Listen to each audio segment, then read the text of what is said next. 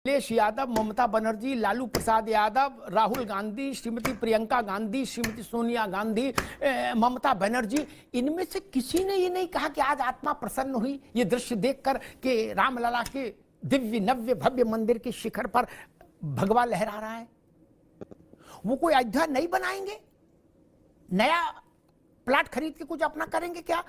अयोध्या तो अलग नहीं हो सकती, पार्टियां अलग हो सकती हैं, अयोध्या तो अलग नहीं हो सकती ना, ना दूसरी हो सकती है अयोध्या कोई।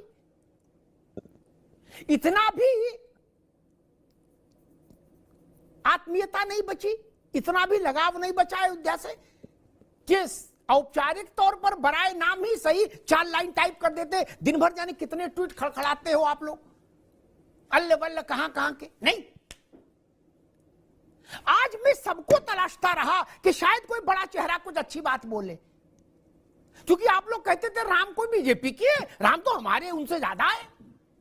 तो मैं इस गलतफहमी में पड़ गया कि शायद आपके ज्यादा है, लेकिन ऐसा कुछ दिखा नहीं। दुबे जी, मैंने जितने नाम लिए इनमें से किसी के ऑफिशियल हैंडल पर मुझे एक चित्र और इसके साथ ये कहते हुए नहीं मैंने देखा कि आज आनंद आ गया, भारत का सम्मान बढ़ा, या इस तरह की कोई प्रसन्नतापूर्ण अभिव्यक्ति मैंने नहीं देखी।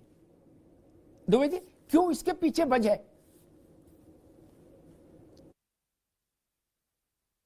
अग्नोत्री साहब, शायद लगता है कि आपने अकाउंट देखा नहीं है।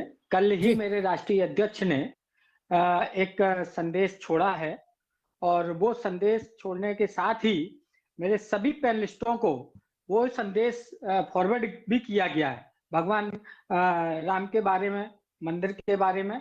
शायद अगर आप अपनी टीम से बोलेंगे तो वो मिल भी जाएगा आपको। खैर, नहीं मिला वो नहीं, आप बात पूरी करो फिर हम बताएंगे। आप बात पूरी करो फिर हम बताएंगे। मैं ठीक है, ठीक है, आप बात पूरी करो लेकिन हम बताएंगे। आज मुझे बड़ा आज अफसोस हुआ और ये दुखद है सनातन धर्म के लिए कि ये सदियों से हमारी परंपरा रही है कि जब भी कोई धार्मिक काम हुआ तो राजा ने हमेशा साधु संतों को आगे किया है, राजा की मौजूदगी रही है, लेकिन सारा काम साधु संत और जो धर्माधिकारी होते थे वो करते थे। आज आपने देखा कि देश के 4 शंकराचार्य में से कोई शंकराचार्य थे, या जिस दिन रामलला की प्रतिमा स्थापित की गई थी उस दिन 4 शंकराचार्य में से कितने शंकराचार्य थे? ये देश का दुर्भाग्य है। यानी कि भारतीय जनता पार्टी अगर अमिताभ अग्नोत्री जी को बोलेगी कि आप सनातनी हैं, उसका सिक्का लग गया तो अग्नोत्री साहब सनातनी होंगे, अगर उसका सिक्का नहीं लगा तो आप सनातनी अपने आप को नहीं कहला पाएंगे। क्या ये समय हमें देखने को मिल रहा है? निश्चित तौर पर। इसलिए मैं कहता हूं सनातनी दूसरे के सिक्के देने से सनातनी नहीं होगा। जैसा कि अभी एक प्रवक्ता महोदय धार्मिक वो बता रही थी, हिंदू धर्मगुरु, कि जिन्होंने गोली चलवाई, लाल कर दिया। अरे आप थोड़ा इससे पहले ज्ञान ले लेती तो शायद आपको ये बोलने में थोड़ी सहज महसूस होती कि उस समय जो चीफ सेक्रेटरी थे, जो इस समय भारतीय जनता पार्टी के रेमो करम से इस मंदिर ट्रस्ट में हैं, वो उस समय कौन थे और उनका आदेश क्या था। लेकिन आप भी भाई से विवाद में नहीं पड़ोगे। अभी केवल दुबे जी की आवाज जाएगी, मैं उत्तर दूंगा। दुबे जी की आवाज जाएगी। तीसरा मैं सबसे महत्वपूर्ण बात बोल रहा हूँ, चाहे हाजी नाजिम हो या चाहे ओवैसी हो या कोई भी, चाहे सरदार कोई भी हो, चाहे यहूदी कोई भी हो, हिंदुस्तान का हर शख्स में सनातन का खून बहता है। ठीक है दुबे जी, ठीक है, अभी रुकना होगा, अब रुकना होगा, अब रुकना होगा। दोबारा में अभी रुकना होगा, अब रुक जाओ। मैं हाजी नाजिम के पास थोड़ा रुक के जाऊंगा, पहले 2-3 बातें स्पष्ट कर दूं।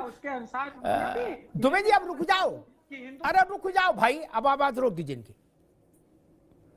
ये बात जो दुबे जी ने आज उठाई, कई बार उठा चुके इंडिया अलायंस के लोग, मैं इसका हर बार उत्तर दे चुका। चलो इस बार और दे देता हूं, क्योंकि वो उनका अधिकार है, वो प्रश्न उठा सकते हैं।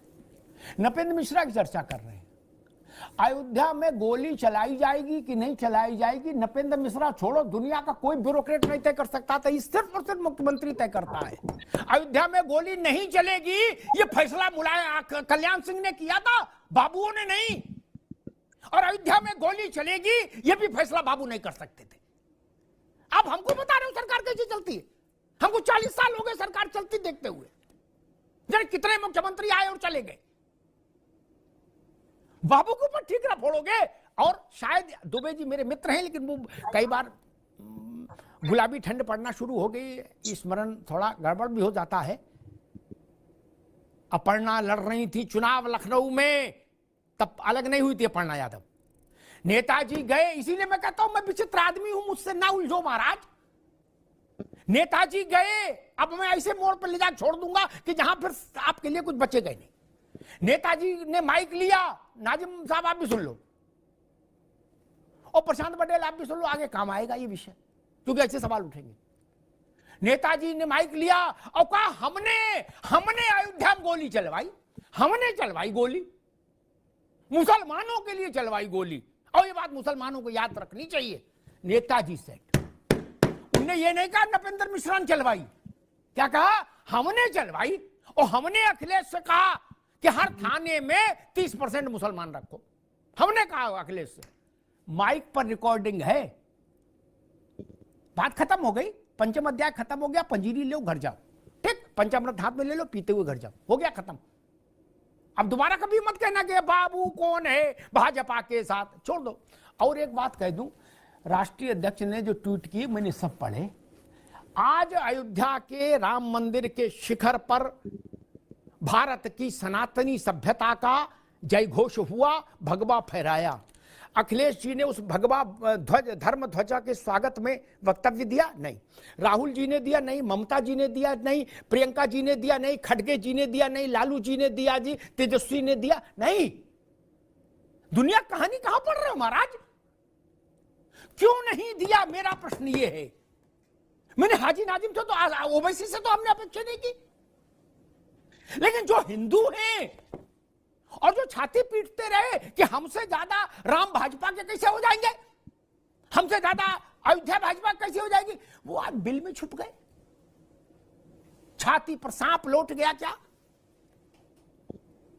अरे छोड़ो भाजपा को, आप अपनी तरफ से तो कहते, ध्वज की एक फोटो लगाते अपने हैंडल पर और कहते आज मन प्रसन्न हो गया। आप में साहस नहीं, आप राम के साथ नहीं खड़ा हो सकते, आप सनातन के साथ नहीं खड़ा होना चाहते। दरगाहें याद रहती हैं, अयोध्या का राम मंदिर और उसका शिखर याद नहीं रहता।